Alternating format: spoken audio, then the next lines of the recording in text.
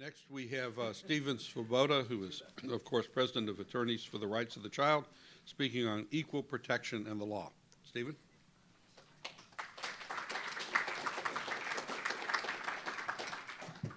Thank you.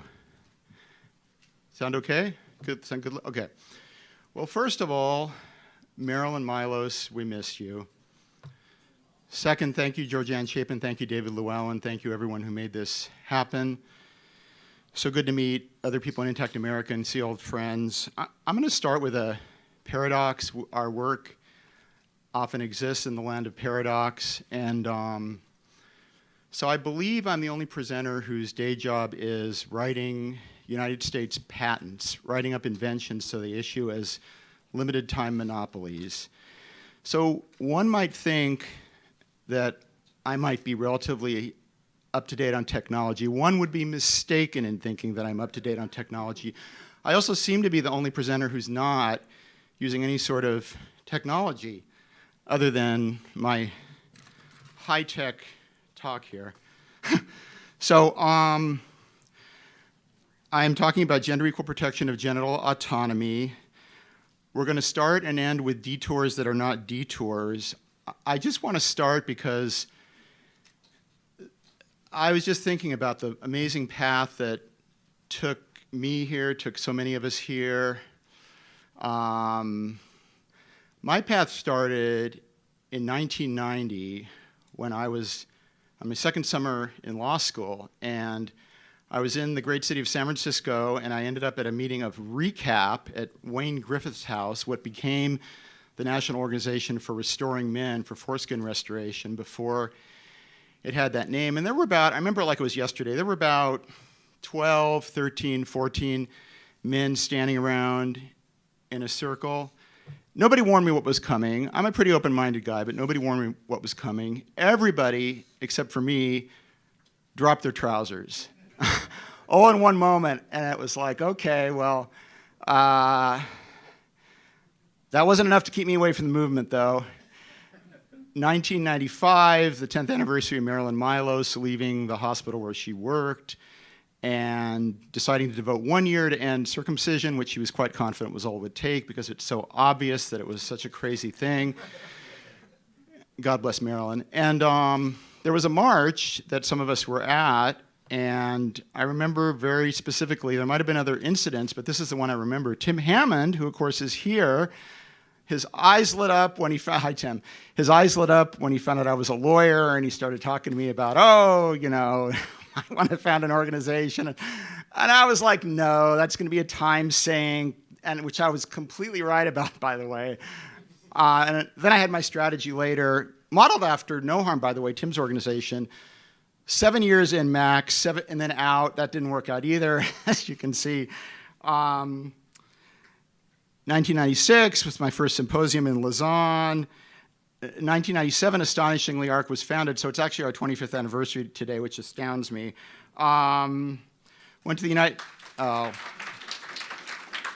Thank you. Went to the United Nations in 2001, as people here know, and that was a crazy trip. I remember a special rapporteur on traditional practices affecting the health of women and the girl child, Halima Mbarak Warzizi, which the former title of her office was Special Rapporteur on Traditional Practices Affecting Women and Children. How, one might ask, did male children get removed from the protected classes, leaving out the issue of males being protected, of course, because we won't even go into that. That's what all this work has been about. Well, there's an interesting story there that's not a story. I did a bunch of research in the bowels of the United Nations and accumulated a printed stack of paper about this high in my hotel room. And the end result was the UN did it in the dead of night when no one was looking and felt like they'd pulled something over on the world. And this was not how I, in my just out of law school, naive state, felt the world should work. And it still isn't how I feel the world should work, but it's how the world did work, sadly. Then, 12 years later, we're getting a little closer to the present, I was invited to go debate James Brady of the AAP Task Force, American Academy of Pediatrics Task Force, on circumcision. And Dr. Paula Brinkley, my kid's mom, who many of you here know, And I consider it the highlight of our entire marriage. We got the PowerPoint from Dr. Brady at like 10 p.m. the night before I had to leave. She stayed up. I didn't ask her to. She stayed up with me from 10 p.m. to like 4 a.m. We went through the PowerPoint.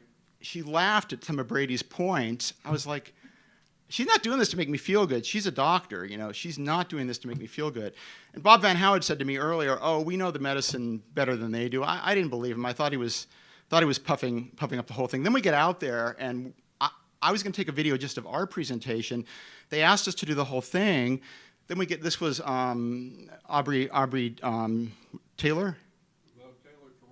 Aubrey Taylor, who's been involved for many years, was involved in this along with her former husband. And anyway, so we did the video, and then they refused to let us have it, but we surreptitiously copied it anyway. So which is how Eliyahu Unger Sargon, who's also here, was able to make these great videos that he made for ARC of the event. It's crazy. It's funny to look back on all these events. Okay, so that's the preface. I just felt like, you know, this might be our last symposium. I hate to say it. Hopefully it won't be. But just in case it is, I wanted to talk about past. Okay. So now coming up to the topic, scholars are increasingly arguing these days that studying the great diversity of genital cutting practices in isolation from one another obscures important commonalities and leads to myopic theorizing. No single practice can be fully understood without appreciating the range of practices and how they relate to one another, both within and across social systems and historical contexts. One size fits all does not work anymore. That being said, there's a consensus emerging that the determining factor should be the capacity of the affected individual to provide morally valid consent to genital cutting. And in late 2019, a large group of about 90 academics, many of us here were involved in that, the so-called Brussels group after this Brussels Symposium on female genital cutting, released an article that said, quote, the ethics of female, male, and intersex cutting must be considered together. And yet, as we all know, genital cutting of females, males, and intersex children, respectively FGC, MGC, and IGC, have consistently been subjected to different standards in Western ethics, law, and policy. That's an understatement. Very different standards. Most Western countries and 40 US states, as well as the federal government here, have passed legislation forbidding female genital cutting. There are almost no laws, of course, regarding male genital cutting, and only a couple regarding intersex cutting, partial bans in Malta and Germany. And there were the recent efforts to ban circumcision in, not that recent anymore, I guess, but the attempts to ban circumcision in California and in Finland, Iceland, and Denmark, no success. 4 countries at least have regulated it: Sweden, South Africa, Australia, and Germany. Just regulating various details, but not affecting the fundamental permissibility of it. Of course, in 2012, it's been a decade. It's another trip down memory lane.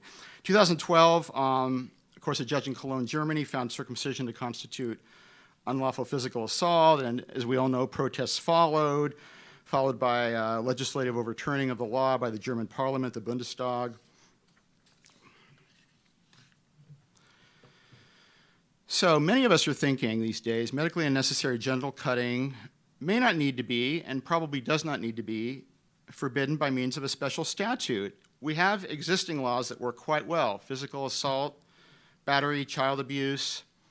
And Shea-Light Bond argued well back in 1999 that state laws protecting only against FGM aren't constitutional. Seems like an obvious point. Equal protection means equal protection of, among other things, sexes, genders. It's somehow been avoided by this idea that FGM is a different thing than male circumcision. In England, the inconsistency of current Western approaches was raised back in 2015. Sir James Munby ruled on the case of B&G.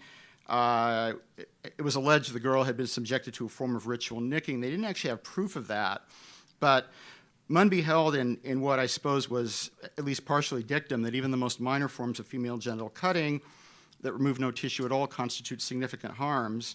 Well, we support that at Attorneys for the Rights of the Child, and I think most people in this room probably do.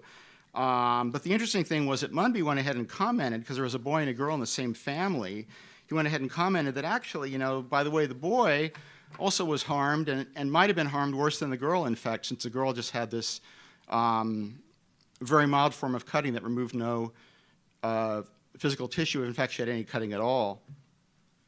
So Munby sort of made our equal protection argument for us.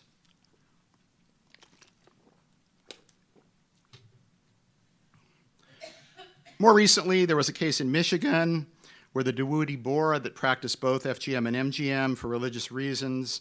There was the first prosecution under the 1996 FGM law against a group of people, including mothers, doctors, and other medical employees for having these children brought in for FGM. But now, before we get to that case, we're going to back up. So Judge Bernard Friedman, a Michigan federal judge. Were you in that case, David? No, okay. Judge Bernard Friedman, a Michigan federal judge, was a visiting judge in a case that I was actually an attorney in at Elmhurst Hospital in Queens, New York City, which at the time I was told was the most racially diverse square mile on the planet, may still be.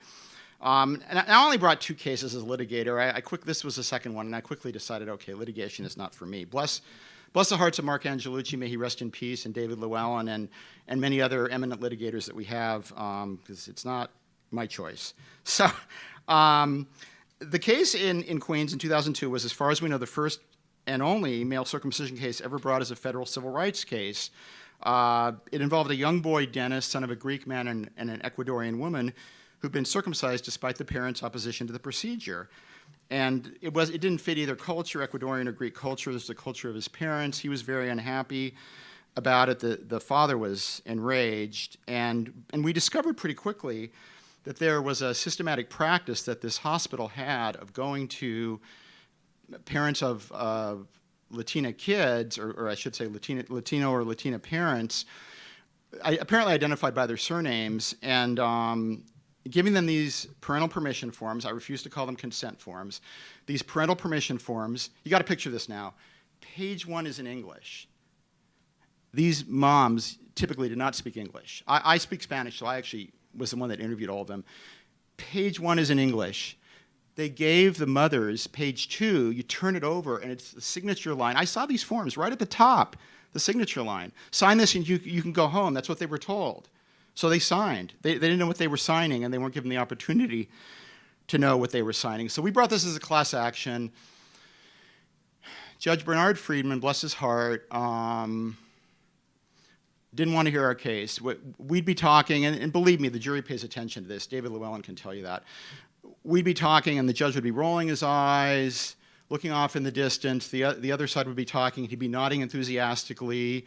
He fixed the jury instructions in a way where if they decided in our favor, they'd have to spend the whole weekend working on the case, but if they found that the defendants were innocent, that they could just leave on Friday and not have to come back. So you can guess what their preference on that was.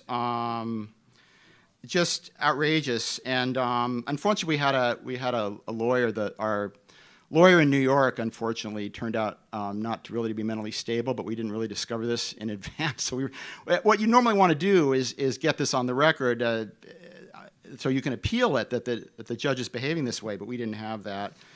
So judge refused to allow our class action, said it would lead to many trials regarding their cases, which actually is the reason for a class action if the cases are similar enough, but that was his reason.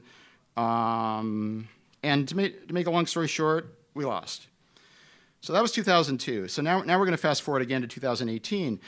So in November 2018, Judge Bernard Friedman decided another case relating to genital cutting, this time female genital cutting. But there was no connection between, nobody said anything about the 2002 case. And I looked at the name and I said, that sounds a little familiar. I thought, oh, I'm probably wrong. And I'm confusing with Jonathan Friedman. Just kidding, Jonathan. But Jonathan Friedman, our esteemed former webmaster and my good friend, is here. But seriously, Bernard Friedman, I was thinking about it, and then finally I was like, oh, wait a minute, was he that lawyer, 2002? And he was from Michigan, wasn't he? I went back and looked, it was the same guy, astonishingly, the same person. So let's see how he decided this case about female genital cutting. A lot of us already know the answer, but so the government presented evidence that these defendants, the doctors, medical assistants, et cetera, had contributed to cutting 9 females in their care. Judge Friedman dismissed the charges under the 1996 law, which had never previously been litigated.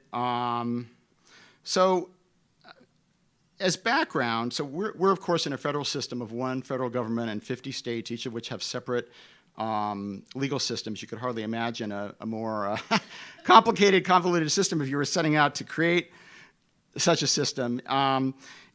In any event, the general principle is that the federal government has certain enumerated areas in which the federal government can legislate, apart from the areas that are explicitly federal. And most areas otherwise are left to the state. So the federal government, for example, there's a so-called Commerce Clause, which allows the federal government to intervene in anything relating to interstate commerce. So that was the basis, the ostensible basis for this 1996 law, was that FGM affected interstate commerce. And Judge Friedman basically said, no, it doesn't. This is a local crime, and the states have the right to it, and this law is not valid. He did, however, telegraph ways that the law could perhaps be fixed by Congress to make it more sound. So he decided against our case he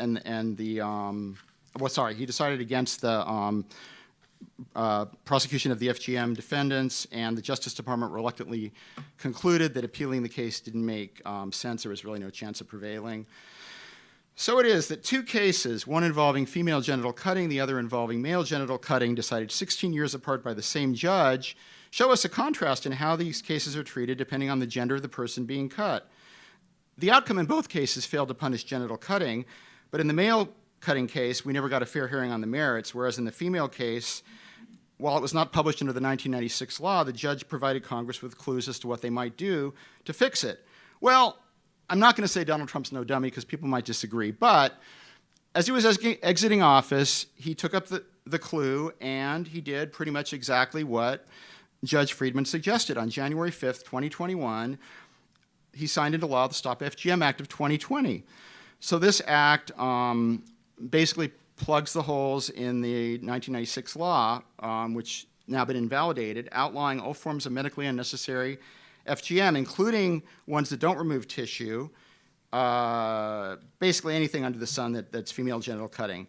And it cites the Commerce Clause, and it also cites the treaty power as another federal treaty power. The federal government has the power to engage in treaties with other countries. States, of course, cannot do that. And they didn't actually mention the treaties, but presumably they're the Convention on the Elimination of All Forms of Discrimination Against Women and the International Convention on Civil and Political Rights. Those would be the most two likely guesses. The one thing it did that was sort of puzzling, though, was that the law basically said even if a particular case of female genital cutting doesn't fit in either of these categories, it's still against the law. And they didn't explain the basis for that, and there actually is no basis for that. So I don't think we'll get another case like the case that Friedman heard based on the 1996 law. I think in principle we could.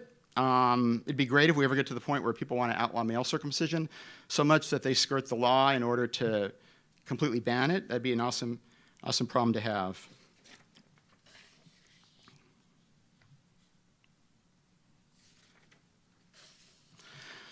So a few years ago, I had a very ambitious idea that I eventually realized was overly ambitious, to try to write a couple lengthy law review articles about law on this topic, male genital cutting, in countries around the world outside the U.S., and ARC accumulated about 50, I think it's exactly 50 actually, cases and law review articles that all in other languages that we had translated that I think weren't previously available to the intactivist community. They're all up on our website now. And anyway, so 4 of those cases are actually somewhat positive for our position, and I want to mention them. Peter Adler and I are planning on writing an article to address these cases, and we're hoping we get to that soon.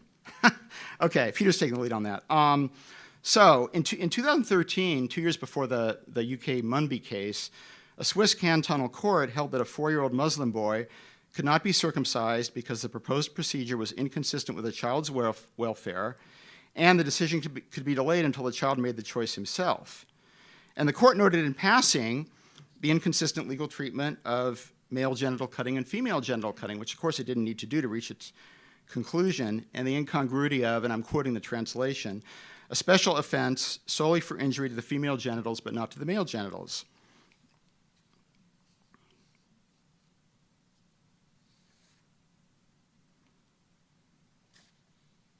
A 2019 decision by another Swiss court in Zurich barred a mother from having her son circumcised for religious reasons.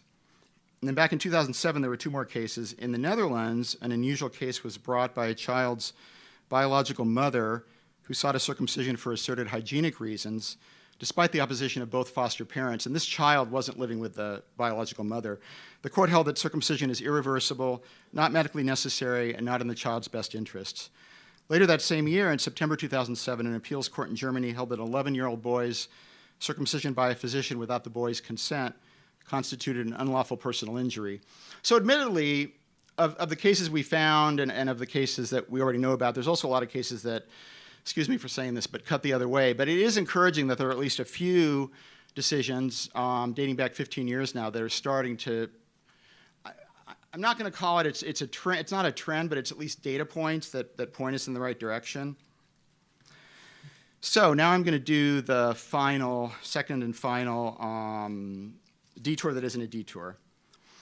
So in Guam, U.S. territory of Guam, in early 2002, I turned down at least 5 times the nurse's attempts to ask me for permission to circumcise my son who was about to be born. And I was trying to be really cool and not get into activist head and start yelling at her or marching with signs or whatever. But I eventually said to her, well, you do know that there's no medical reason for this, right? She looks back at me, I remember it like it was yesterday, and says chirpily, oh yeah, I know, but parents want it sometimes. Well, what other procedures do we do that parents want that there's no medical basis for? Moving forward even further in time, I've been doing some thinking recently about possible help for our movement coming from an unexpected direction, and a little bit involving my other child, born female, who is identified as transgender for several years and is intending to, so he says, have top surgery, that is breast removal, and hormones when he turns 18. So, we're still working that out. But I did a bunch of research on the transgender, partly for my son's sake and partly for the sake of future work on this issue, and I discovered something surprising, that transgender kids were 2 to 14 per 100,000 in 2013, and today 2 to 9% of high school students. So that's 1,000 times higher, 1,000 times higher in 9 years. So that's quite a jump, quite a social phenomenon.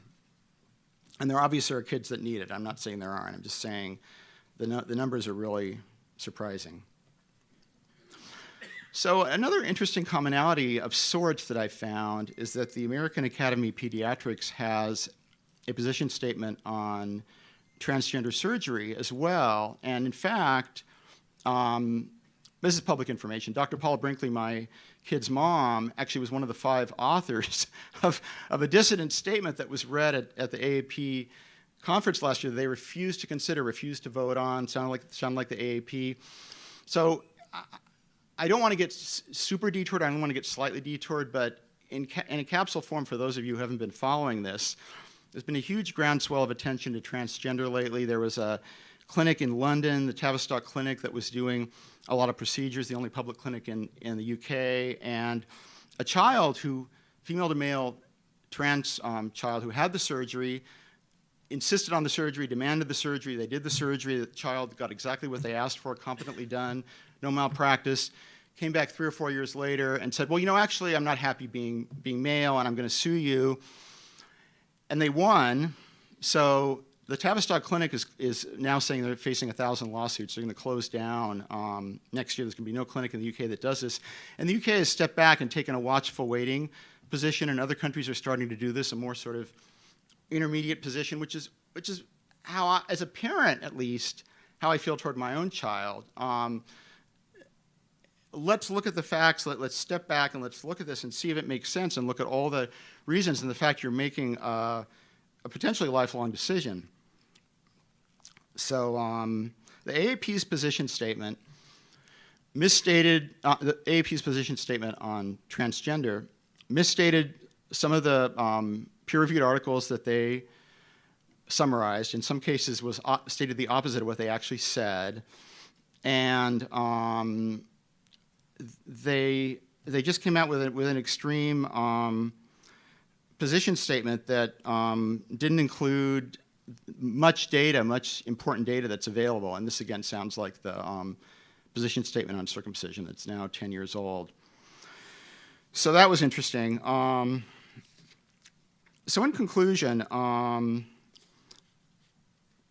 there is a vast difference, and we know that, in public perception of these two types of cutting. I think all of us are working to continue the current beliefs about female genital cutting and bring them over to the male side and the intersex side. Katie Goldie Townsend writes, differential treatment of child genital cutting practices depending on the sex of the child is morally problematic and could potentially be ruled unconstitutional in Western states. So my question is,